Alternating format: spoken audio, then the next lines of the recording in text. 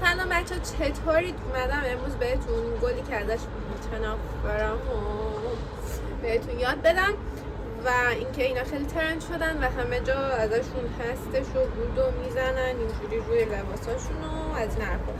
اگه باد منو نبره هم بهتون امروز آموزش بدم از این گلای مفکی و اینجوری پشتشون کنیم بذارین و به همه جا وصلش. بهتون بگم که این خودم توی ویدیویی که آموزش دادم اولین باری بود که این گلو بافتم، چون ازش متنفرم، اصلا ازش نمیبافتم، ازش سفارش هم نمیگرفتم، ولی هر شما آموزش داشتم. بریم ببینیم.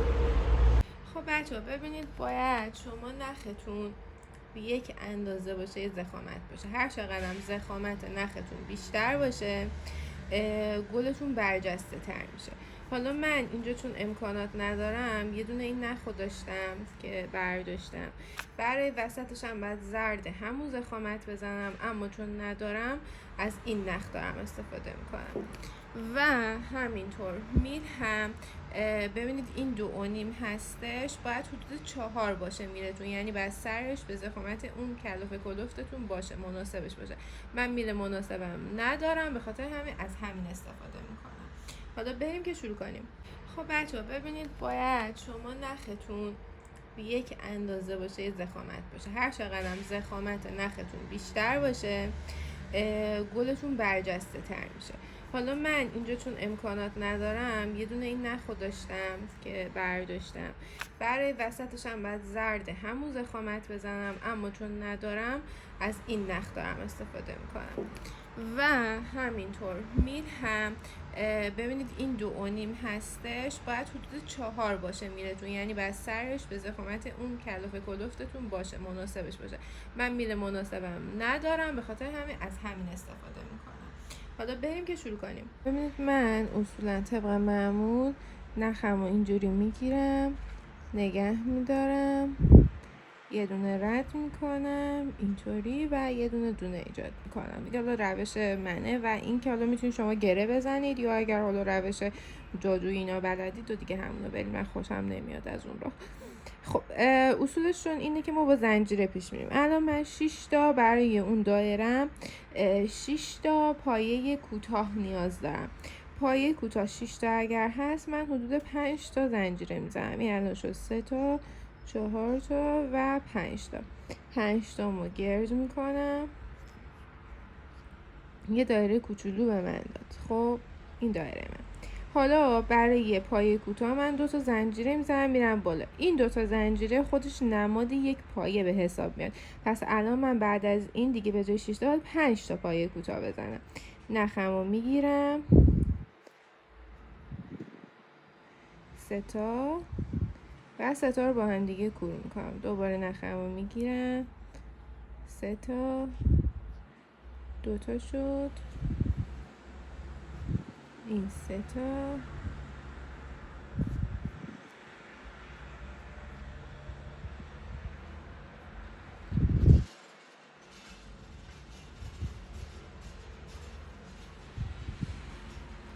خب الان من 6 تا پایه‌مو زدم.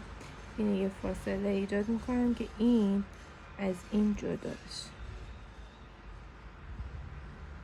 خب الان شد چقدر؟ شد 6 تا. دایرهش میکنم میندازم تو همین دونه اول و اینو میبندم. خب الان دایره‌مو دارم. حالا برای اینکه بریم مرحله بعدی چیکار میکنم؟ 1 2 3 تا. اگه میخوام قد گلبرگم بلندتر باشه 4 تا. این قده بستگی به این داره. شما 4 تا زنجیرتون رو میزنید، این رو میگیرید و نخی که گرفتید و وارد همین حفره اول میکنید، میره داخل. ببین میاد بالا و هم قده این میشه. حالا با این انگشت باید محکم اینو نگه دارید که اینا چیز نشن، کوتاه بلند نشن، یک دست بشن و محکم اینو نگه دارید و دوباره نخ بگیرید برید داخل. تعدادش هم باید بشمارید. الان شد 2 تا. هر چقدر تعدادش بیشتر بشه پفش بیشتر میشه.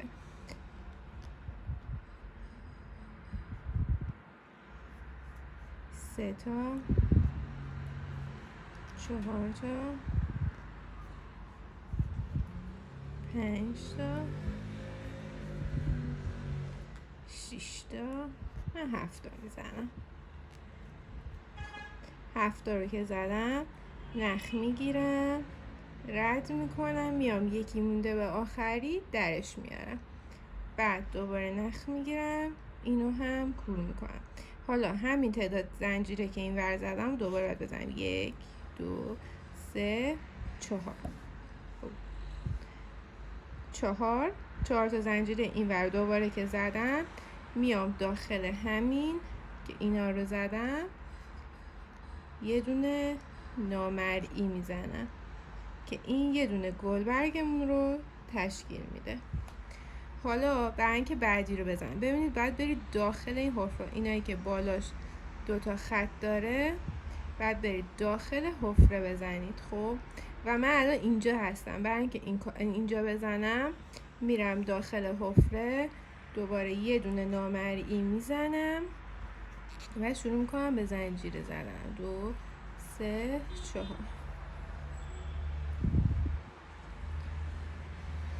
حالا من باید باز ادامه رو داخل همین حفره برم. پس چیکار میکنم؟ 4 تا رو زدم، اینو میگیرم و شروع میکنم همون تعدادی که اینجا زدم 7 تا دوباره ادامه میدم. 1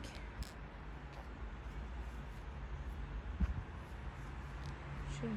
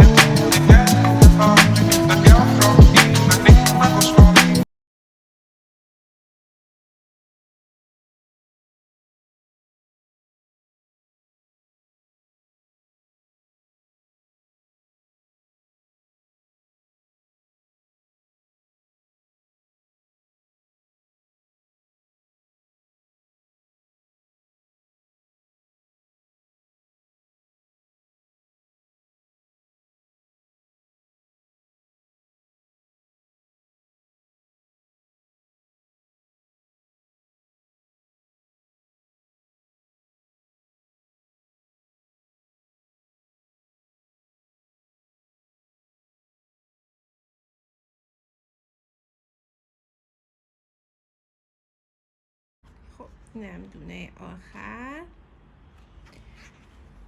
و با همون کار تمومش میکنم و میرم توی همون اولش بستم میزنم نامریمو، میام پشت کار یه دونه زنجیره میزنم، نخمو کات میکنم، رد میکنم، اینو میکشم و میتونم با این چیز نخ اولم یه گره بزنمش توی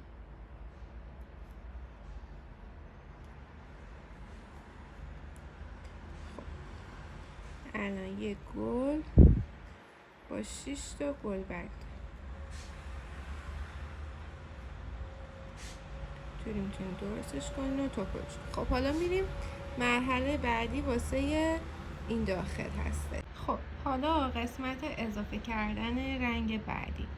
ببینید تو یکی از اینا اینجوری، حالا هر کدوم که مثلا راحت ترش اینطوری رد میکنیم، این نخ رو میگیریم اینجوری میاریم بیرون. خب اینو اینجوری میزنیم، اینو یه زنجیره میزنیم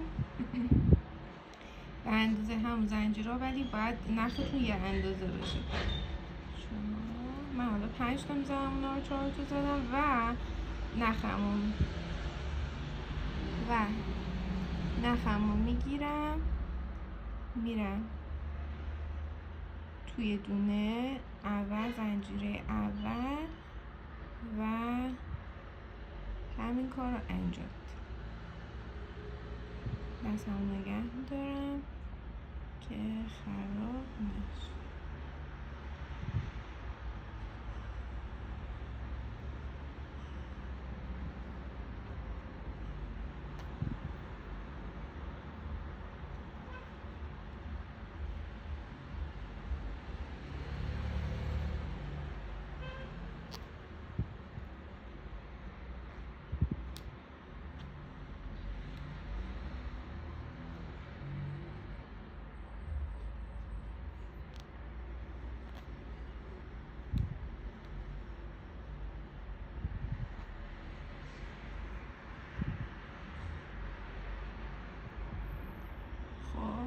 این پفم که به اندازه شد همون کار رو انجام میدم، رد میکنم تا اینجا و اینجا میبندمش و همون زنجیره هامو میزنم و میام اینجا میبندمش. خب حالا اینو میکشم و این سفت میشه. اینو به اینجا یه دونه نامرئی بزنم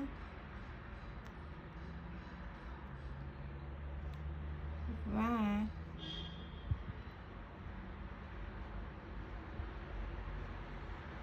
اینو زنجیره میزنم کات و میام از اینجاش رد میکنم و میرم و از این پشت میندازم میکشمش پشت، این یکی رو هم از همینجا میکشمش پشت. خب این اینجا شکل میگیره. دوباره برای اینکه حالا اگه میخوام خیلی تمیز بمونه همین کار میکنم.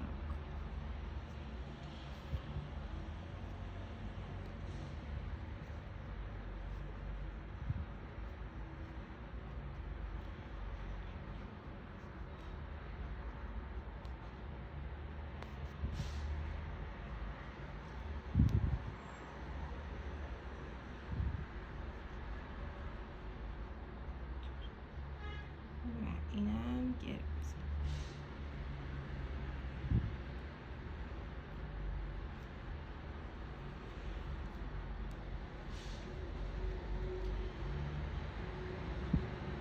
اینم از این گلای توپلون پشتش هم میتونید بگیرید و حالا مثلا تمیزکاری کنید، بدوزید، هم میتونید با همین نخا رد کنید و روی لباستون وصل کنید.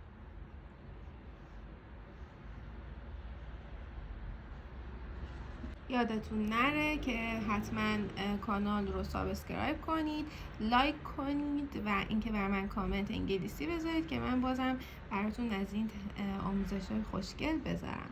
یادتون نره که حتما کانال رو سابسکرایب کنید، لایک کنید و اینکه بر من کامنت انگلیسی بذارید که من بازم براتون از این آموزش‌های خوشگل بذارم.